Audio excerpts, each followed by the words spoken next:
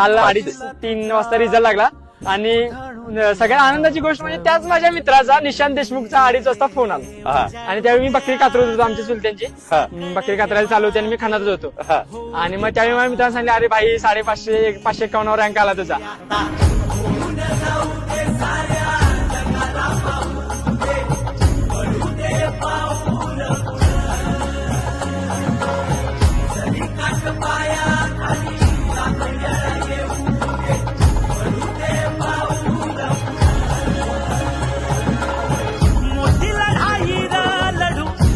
साठी गड्या मनगटाचं जोर लावून